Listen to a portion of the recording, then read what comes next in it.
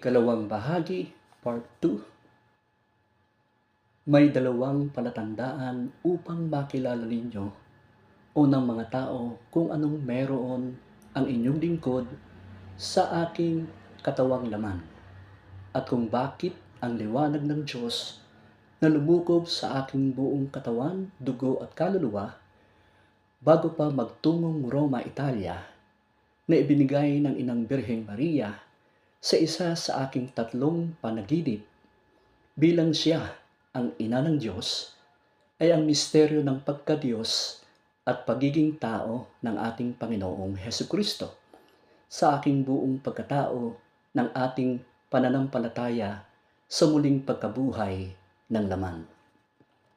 Panalangin. Ama naming makapangyarihan, tunay ngang marapat na ikaw ay aming pasalamatan sa pamamagitan ni Hesukristong aming Panginoon. Ang pagsusugo mo sa Kanya ay ipinahayag ng lahat ng mga propeta. Ang pagsilang niya ay pinanabikha ng mahal na birheng Kanyang inang tunay sa kapangyarihan ng Espiritong Banal. Ang pagdating niya ay inilahad ni San Juan Bautista sa kanyang pagbibinyag. Ngayong pinaghahandaan namin ang maligayang araw ng kanyang pagsilang, kami nananabik at nananalangin lubos na makaharap sa kanyang kadakilaan. Kaya kaisa ng mga anghel na nagsisiawit ng papuri sa iyo, nang walang humpay sa kalangitan, kami nagbubunyi sa iyong kadakilaan.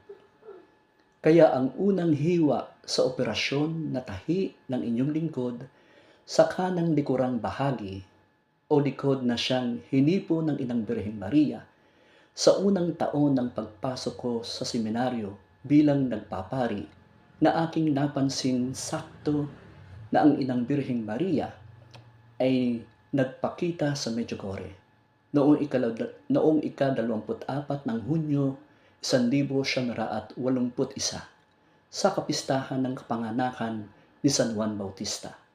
At naganap ang pagkakahipo ko noong nasa seminaryo ako sa kanang bahagi sa likuran ng aking katawan sa pamamagitan ng paghipo ng Ina ng Diyos sa panaginip na nilukuban ang inyong lingkod sa buong katawan, dugo at kaluluwa ng liwanag ng Diyos na galing sa katawan at kaluluwa ng Inang Birheng Maria ng kanyang pagpapatunay ng pag-aakyat sa kanya sa langit ng Diyos Ama noong taon 1989 bago pa magtungo ang inyong lingkod sa Roma, Italia sa pangangalaga ng Sons of Holy Mary Immaculate, a Pontifical Religious Congregation ng SHMI Fathers and Brothers, kung bakit protektado ang inyong lingkod ng grasya ng Diyos sa anumang kasalanang dadampi sa aking laman. Gayon din sa pangalawang hiwa sa harapan sa operasyon ng aking katawan sa tabi ng kanang bahagi, at ito ang operasyon sa aking abdo na may hiwa na tinahi kung saan ay may simbolo ng ating Panginoong Hesukristo na ang dugo at tubig mula kay Hesukristo na tinusok sa tigiliran ay sumisimbolo sa kanyang dalawahang gawain ng pagtubos at bagong buhay. Ang dugo ay kumakatawan sa kanyang sakripisyo, kamatayan na nagbabayad para sa kasalanan at tumutubos sa mga mananampalataya, kung bakit ngayon ay naririto ako sa Diocese of Baguio sa tulong ng Inang Birheng Maria ng Our Lady of Atonement. Bakit sa Kapangan sa probinsya ng Benguet itatayo ang Deus Caritas Es Monastery, a contemplative life of the ordained, upang ipagtayo ng bahay ang Diyos ng monasteryo sa bagong tipan ng Diyos sa Eucharistia ngayong bagong milenyo na ika-21 siglo bilang saksi ng Panginoong muling nabuhay. Kaya ang Deus Caritas Es Monastery, a contemplative life of the ordained, ay para lang sa mga tumanggap ng banal na orden, tulad ng diakono, pari at obispo. Hindi lamang sa lokal para sa mga Pilipino, kundi sa iba't ibang lahi sa bahagi ng mundo na tumanggap ng banal na orden upang maging monghe na itinatag ng pagbabagong anyo ng Panginoong Hesukristo ng ika-6 ng buwan ng Agosto 2007 at opisyal na inendorso sa Diocese of Baguio noong ika-11 ng Pebrero 2008, kapistahan ng Inang Birheng Maria ng Lourdes bilang Immaculada Concepcion. Kaya ang tubig na lumabas sa Panginoong Hesukristo na tinusok sa tagiliran ay tulad ng himala ng Birhen ng Lourdes sa France, ng tubig na bumukal, na mayroon tayong groto ng Lourdes sa Baguio City dito sa Pilipinas, na kumakatawan ang tubig sa banal na espiritu na nagbibigay ng banal na buhay at naghuhugas ng kasalanan.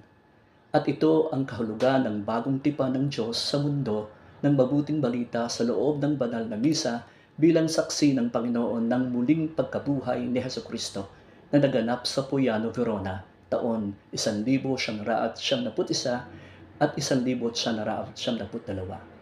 Kung ang Espiritu na siyang bumuhay na muli kay Hesukristo ay nananahan sa inyo na nagpabuhay na maguli kay Hesukristo, ay magkakaloob din ng buhay sa inyong mga namatay na katawan sa bisa ng kanyang Espiritu na tumatahan sa inyo.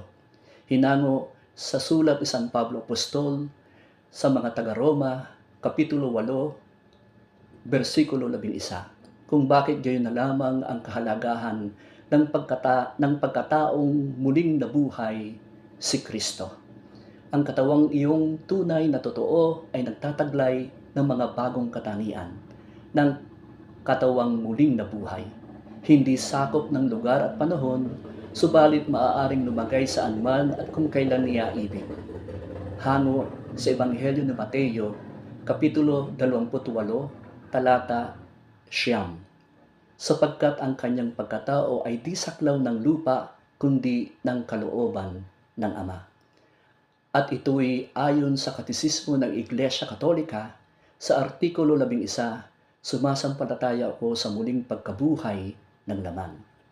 Ito ang mensahe ng ika-2,000 kaarawan ng ating Panginoong Hesukristo, ng pagpasok natin sa bagong milenyo sa ika-21 siglo, upang hindi magtagumpay si Satanas sa kanyang paghahari sa puso at isip ng ating kapwa sa buong mundo tungkol sa ating laman. At ito ang ating naging pandaigdigang dakilang jubileo 2,000 ng kapanganakan ni Kristo. 2,000 taon na ang nakakaraan. At ating dapat tandaan ng aking mga kapatid na obispo sa buong mundo na ang huling kalaban ng Diyos sa pamamagitan ng kanyang anak ay ang ating Panginoong Hesukristo ay si Satanas. Sa huling lihim ng propeta o ng propesiya sa Fatima ng Inang Birheng Maria.